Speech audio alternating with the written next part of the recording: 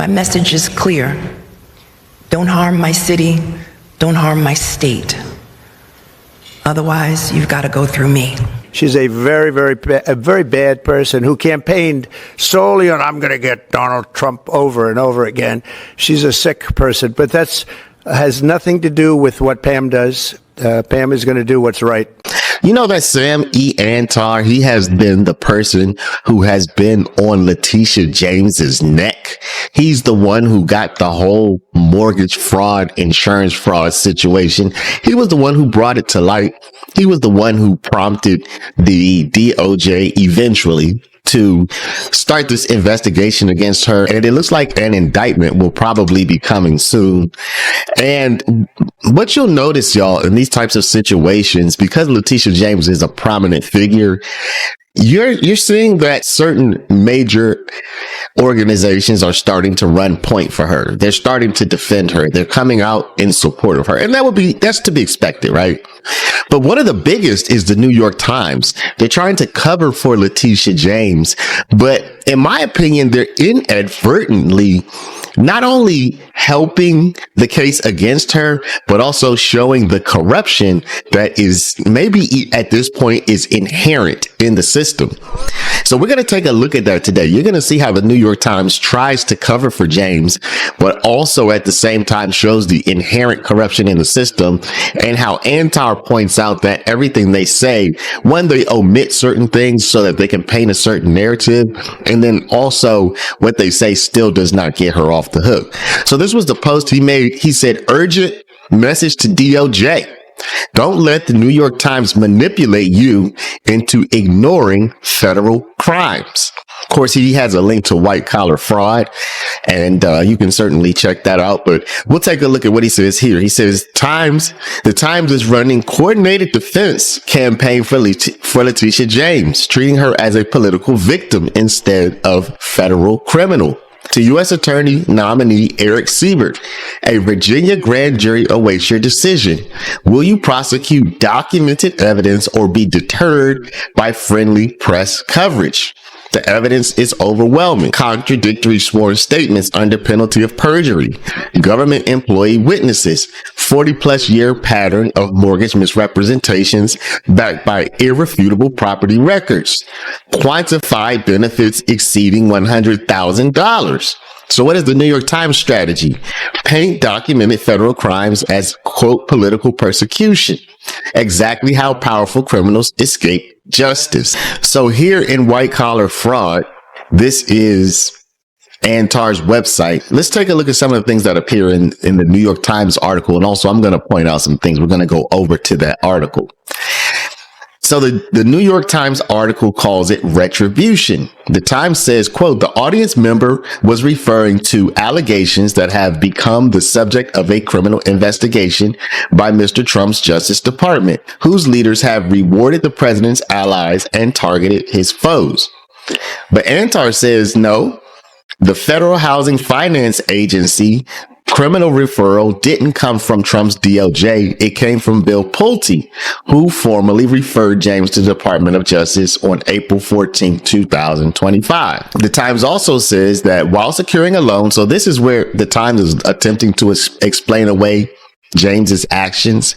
While securing a loan for the Virginia house, Ms. James signed a form giving her niece power of attorney. On that form, she said she would use the house as a principal residence, which she has not done, leading to fraud allegations. And Antar points out that form wasn't buried fine print.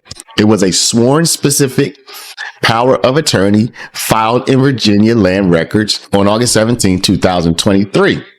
And if y'all remember, James says she had signed that form electronically, but Antar pulled the records, and it certainly looks like a wet signature with two witnesses. Okay. So some splaining needs to be done about this. And this is probably the biggest smoking gun or the biggest piece of evidence. The Times says her mortgage agreement did not require her to do so, to occupy the home as a primary residence. And Antar says this claim is irrelevant to the federal crime, but it's also factually wrong. However, even if the Times were correct about mortgage requirements, James still committed federal mortgage fraud by signing a false sworn declaration. And then Antar goes on to point out that it doesn't matter if it was used to qualify for the loan or not. By signing the false declaration, it's a crime in and of itself, even if that document is not needed to secure the mortgage. Now let's go over to the Times article itself and take a look at some of the things that they say here. The Times article lets on that Letitia James is definitely worried and that the state tried to come to her defense with a $10 million allotment, a set aside to help her. Okay, it didn't say her name in the bill, but to help her with her legal defense, which to me is just corruption, because these charges have absolutely nothing to do with her job as the attorney general. So let's take a look. James has sought to project an air of untroubled focus on her job. In an interview with the New York Times before the investigation became public, she said, quote, "We're not concerned about any criminal indictment. Behind the scenes, though, she and her office have prepared for the worst. Along with the services of Mr. Lowell, which is her attorney, a high-powered attorney, a lawyer with vast experience representing public figures under duress, her office has retained Stephen Banks, a recent departee from the firm Paul Weiss, to defend its staff members. She has also hired several new employees with experience handling congressional inquiries." Listen to this, y'all. And she is benefiting from a $10 million appropriation in New York's recently passed budget that provides money for private defense counsel for those targeted by the United States government. So in their recent budget, y'all, they gave her $10 million. Okay, so you can see where the state of New York stands on this. They set aside $10 million specifically for Letitia James to defend herself. Though they didn't put her name on it, they set that aside specifically so she could defend herself against the Trump administration. So y'all, it's clear that Letitia James is worried about and I guess she should be, right? I mean, because these are serious charges. And in fact, there is documented evidence that seems to indicate that the charges have some merit, even though she says they're baseless. Okay, but she did sign on the dotted line, right? So I'd like to know what you all think. Isn't the news media supposed to be neutral? Aren't they supposed to just report the facts? Why is the New York Times coming to Letitia James's defense? I mean, this is not an opinion piece as far as I can tell. I'm looking up here. Where does it say opinion? Where does it say editorial? Am I missing something? Maybe it isn't editorial, because, you know, in the editorial, you can give your own opinion.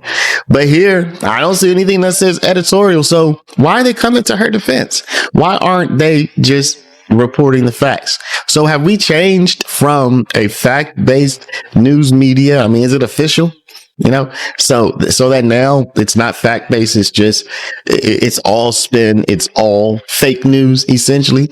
Y'all, let me know. What do you think about that? For those of you that want to listen to the whole article, the whole New York Times article, just hang on. I'm about to play the whole article so you can listen to the whole thing and then decide if it sounds like fake news to you or not. She relishes being Trump's nemesis. Now he is out for revenge. This article is by Jonah E. Bromwich and read by an automated voice. The New York Attorney General was an hour into a Westchester County town hall, expounding on her view of her mission during President Trump's second term, on democracy and the need to defend it, on courage and the need to display it, when a middle-aged man stood up and told her she was going to prison for mortgage fraud. The Attorney General, Letitia James, did not visibly react. As members of her staff escorted the man from the room, she thanked him with a small smile, said the allegations were baseless, and turned her attention to a less fired-up attendee who was taking the microphone. The episode in Westchester last month neatly encapsulated the role Ms. James has staked out in recent years as one of Mr. Trump's chief antagonists, and the risks of having done so. The audience member was referring to allegations that have become the subject of a criminal investigation by Mr. Trump's Justice Department, whose leaders have rewarded the president's allies and targeted his foes. Ms. James has been one of the president's nemesis since she brought a fraud lawsuit against him 3 years ago, leading to a $500 million penalty that Mr. Trump has appealed. And unlike many of his enemies, she has not fallen silent during his second term. Her office has filed 21 lawsuits against him, working with other Democratic attorneys general to take aim at everything from Elon Musk's slashing approach to the federal government to the administration's sudden freezing of federal funds for states. Many of the suits have successfully barred the White House from achieving its goals, at least in the short term. In May, for instance, a judge blocked Mr. Trump from moving forward with mass layoffs that would have gutted the U.S. Department of Education. Given Ms. James's long-running investigation into his assets, Mr. Trump has been similarly fixated on her. He has attacked her on social media for years and, in the last few months alone, has called her a totally corrupt politician and a wacky crook. Mr. Trump has also long pledged to get even with his enemies. Now, about 6 months into his second term, the role of the Justice Department in making good on those pledges has become increasingly clear. The department has opened an investigation into the frontrunner in New York City's mayoral race, after demanding the dismissal of corruption charges against the man he is running to unseat. Mr. Trump has ordered the agency to scrutinize former President Joseph R. Biden Jr. and his staff. And the FBI director, Kash Patel, took the highly unusual step of publicly confirming in an interview on Fox News that his agency was conducting the criminal inquiry into Ms. James. That investigation has focused at least in part on 2 properties in Brooklyn and Virginia, and whether Ms. James manipulated records related to those properties to receive favorable loan terms. The allegations, which Ms. James's lawyer, Abby D. Lowell, has said are stale, threadbare, and long disproved, echo those that Ms. James pursued against Mr. Trump, with an important difference of scale. She argued that the president had garnered hundreds of millions of dollars in ill-gotten gains. The cumulative value of Ms. James's properties is less than $2 million. This is just following the playbook of his retribution campaign, Mr. Lowell said. It takes nothing to begin an investigation, but that doesn't mean there's anything to investigate. Little has emerged to guide public understanding of the inquiry. Ms. James's lawyers said they had seen few signs that the investigation was progressing, with little indication of subpoenas or witness interviews. The lack of any updates after the very public pronouncement about the opening of the inquiry has left Ms. James in an unenviable position, one that Mr. Trump knows well. Being the target of an investigation can be a remarkable source of stress, and the blunt confirmation of an inquiry with no release of further details can serve as its own form of punishment. A Department of Justice spokesman declined to comment. Ms. James has sought to project an air of untroubled focus on her job.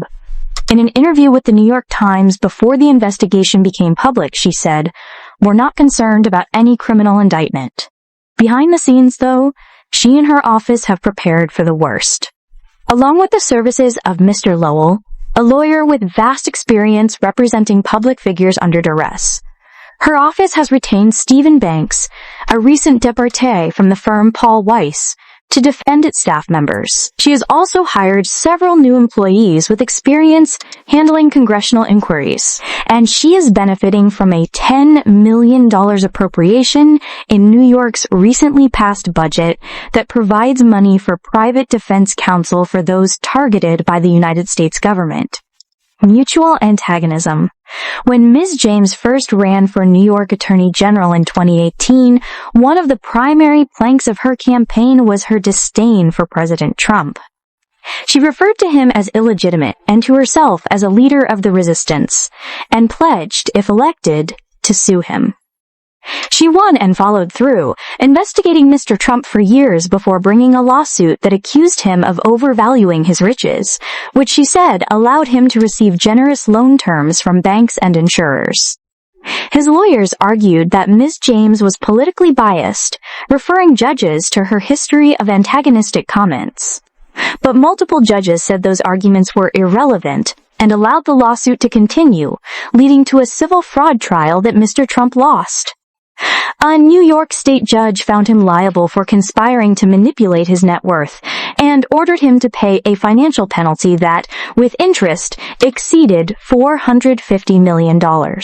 Mr. Trump appealed the case, and some state appeals court judges appeared sympathetic to his lawyer's arguments about the outsized power of the law under which Ms. James had brought her suit. The court has yet to issue a decision. Asked about parallels between her inquiry into Mr. Trump and the president's apparent focus on her, Ms. James said that judges had recognized her inquiry to be substantive. The reality is that our case was based on a 2-year investigation, and you cannot bring a case without facts and without evidence and without analysis of the law, she said. We did all of that. She has remained focused on Mr. Trump. On his second day back in office, she and a group of 21 other attorneys general challenged an executive order that refused to recognize all U.S.-born children as citizens. Ms. James's office has since led in 9 of the 21 lawsuits the group has filed against the administration to block Mr. Musk's access to Treasury Department systems, to combat the gutting of the Education Department's staff, and to bar the Office of Management and Budget from enacting a sweeping freeze on federal funding to states. Ms. James said that her intention was not to become the face of the resistance, but rather to push back against any attempt to expand the executive and, quote, any violation of the rule of law. Mr. Trump, in turn, has wasted no time in targeting Ms. James. The Justice Department convened a working group to scrutinize her investigation into Mr. Trump, as well as other legal inquiries focusing on him. The president and his allies have said they would revoke any active security clearance Ms. James holds and curtail her access to federal buildings. Ms. James said that she had been able to enter a federal courthouse after that particular threat was made. I was even offered coffee, she said. In March, allies of Mr. Trump began to circulate muckraking articles about the houses in Brooklyn and Virginia. Bill Polt, the director of the Federal Housing Finance Agency, compiled those articles into a criminal referral that he sent to the Justice Department the following month. While securing a loan for the Virginia house, Ms. James signed a form giving her niece power of attorney. On that form, she said that she would use the house as a principal residence, which she has not done, leading to the fraud allegations. Mr. Lowell sent the U.S. Attorney General, Pam Bondi, documents showing that Ms. James had expressly told the mortgage broker that she would not use the property as a primary residence. The documents also showed that the broker had responded to acknowledge that Ms. James would not be living there. Mr. Pulte and others have also accused Ms. James of misrepresenting the number of living units in the Brooklyn home, which they said could allow her to receive a loan that would not otherwise have been available to her. Although a January 2001 certificate of occupancy said that the house had 5 units, Ms. James has consistently said that it has 4. Mr. Lowell said that Ms. James has used the house as a 4-person residence for as long as she has lived there. He accused Mr. Pulte of ignoring other official records that listed it as a 4-unit property and attached those to his letter. The Justice Department has not responded to or engaged with Mr. Lowell. Harubi Meko, Benjamin Oreskes, and Anusha Baya contributed reporting. That's all for today. Thank you. If you want global news to keep you up to date on any new developments, please subscribe our channel and forward our content with your friends on social media and email. Thank you very much for keep supporting me. Stay safe, be blessed. Namaste. Thank you, God bless you, and God bless America.